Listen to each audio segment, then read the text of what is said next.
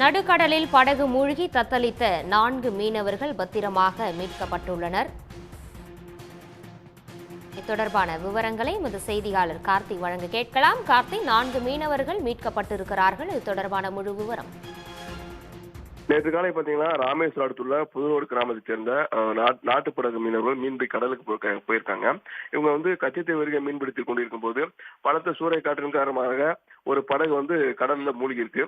படகுல மூழ்கிய அந்த 4 மீனவர்கள் இலங்கை கடற்படை மீட்டிருக்காங்க. இலங்கை கடற்படை மீட்டு அந்த 4 மீனவர்களை தற்பொழுது பாத்தீங்கன்னா தலைமன்னார் கடற்படை முகாம்ல ஒப்படைச்சிருக்காங்க.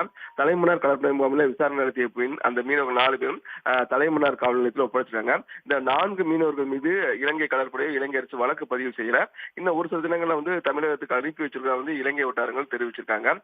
4 மீனவர்கள் காப்பாற்றப்பட்டது ராமேஸ்வரம் மீனவர் மத்தியில மகிழ்ச்சியை ஏற்படுத்தியிருக்கு. உடனுக்குடன் செய்திகளை தெரிந்து கொள்ள சன் நியூஸ் பெல் ஐகானை கிளிக் பண்ணுங்க.